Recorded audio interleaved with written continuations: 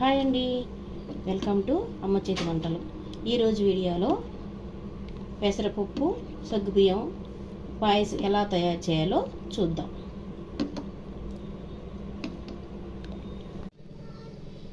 ముందుగా కప్పు సగ్గుబియ్యం తీసుకొని 2 సార్లు కడిగి అరగంట నానబెట్టుకోవాలండి. పెసరపప్పు కూడా ఇదే కప్పుతో వేపుకోవాలండి. సిమ్లో పెట్టుకొని వేపుకోవాలి.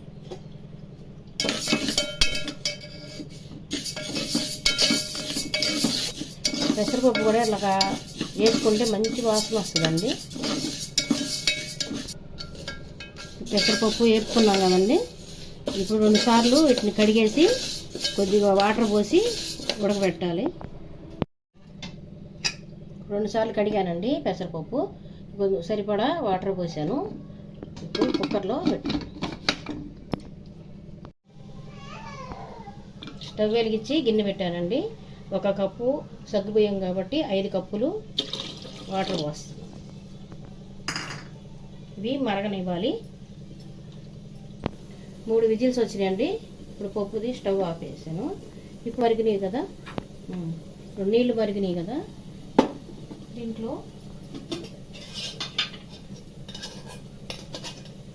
కొద్దిగా నెయ్యి వేసుకోవాలి. ఇప్పుడు సగ్గుబియ్యం నీళ్ళు వంచి పెట్టుకున్నాను. ఈ సగ్గుబియ్యం దాంట్లో వేయాలి. నెయ్యి ఎందుకంటండి, సగ్గుబియ్యం ఒకదానికొకటి అంటుకోకుండా విడివిడిగా ఉంటాయి అన్నమాట. అందుకని నెయ్యి కొద్దిగా వేసా.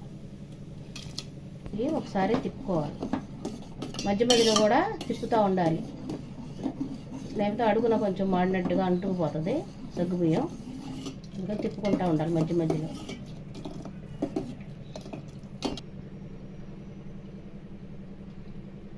పావు కేజీ బెల్లం తీసుకున్నానండి, నలగొట్టి స్టవ్ మీద పెడుతున్నాను.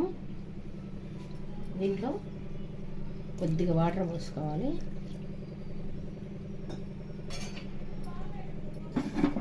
ఇది కొద్దిగా పాకం అవసరం లేదండి, కొద్దిగా కరిగితే చాలు. ఎందుకంటే బెల్లంలో ఒక్కొక్కసారి చిన్న రాళ్ళు కానీ ఏమన్నా డస్ట్ లాగా ఉన్నా వడబోసుకోవాలన్నమాట. వడబోసుకుంటే అడుగు ఉడికిపోయింది.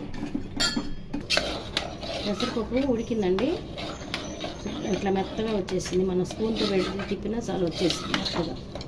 ఇప్పుడు సగ్గుబియ్యం కూడా మెత్తగా ఉడికినాయి. ఈ పెసరపప్పుని సిమ్లో పెట్టుకొని ఈ పెసరపప్పుని సగ్గుబియ్యంలో వేసేయాలి. స్టవ్ సిమ్లోనే ఉంచుకోవాలి.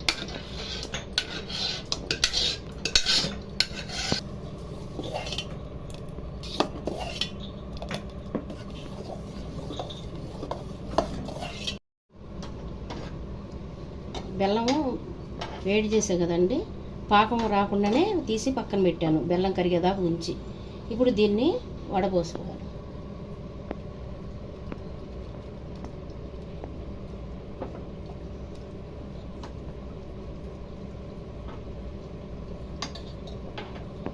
కొద్దిగా చిక్కుకుంటూ ఉంటే సిమ్లో పెట్టుకొని కొద్దిగా చక్కెర కూడా వేస్తున్నానండి. ఒక్కొక్కరు తీపి ఎక్కువ తింటారు, ఒకరు తక్కువ తింటారు కదా, దాన్ని బట్టి చూసి వేసుకోవచ్చు.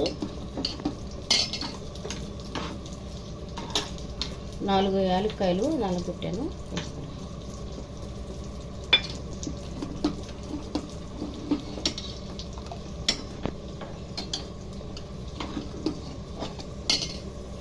పాలు కాగబెట్టానండి. కాగబెట్టి ఆరిపోవాలి, వేడి మీద పోయకూడదు, ఇరిగిపోతాయి.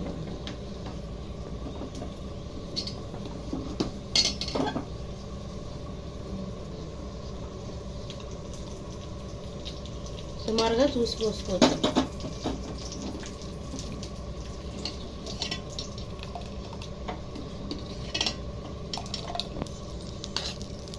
జీడిపప్పు కిస్మిస్ ఇది బాగా నీటిలో వేసినప్పుడు ఇవి కూడా దీంట్లో వేసేసుకుందాం.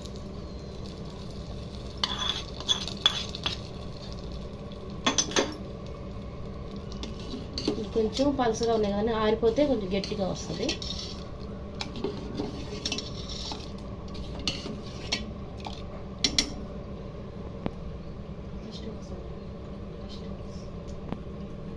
సగ్గుబియ్యం పెసరపప్పు పాయసం రెడీ అయిపోయిందండి. ఇప్పుడు స్టవ్ ఆఫ్ చేస్తున్నాను.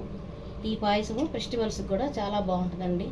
మామూలుగా బియ్యంతోనే కాకుండా ఇట్లాగైనా చేసుకోవచ్చు. బౌల్లో సర్వ్ చేస్తున్నాను.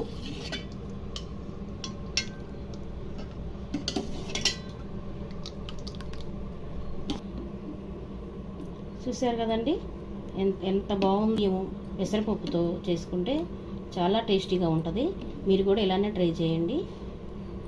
మరొక వంటకంతో నెక్స్ట్ వీడియోలో కలుద్దాము. ఈ వీడియో కనుక నచ్చినట్లయితే లైక్ చేయండి, షేర్ చేయండి, సబ్స్క్రైబ్ చేయండి.